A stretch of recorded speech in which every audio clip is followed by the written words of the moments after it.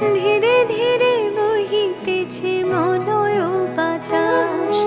লক্ষ্মী দেবী বামে করি বসি নারায়ণ, কহিতেছে নানা কথা সুখে আলাপন। হেন কালে বিনা নিয়ে আসি মুনিবর, নারায়ণের সাক্ষাতে কহিল বিস্তর। তারপরে কর জোরে করিয়া প্রণতি, কহিল নারদ মুনি নারায়ণী প্রতি।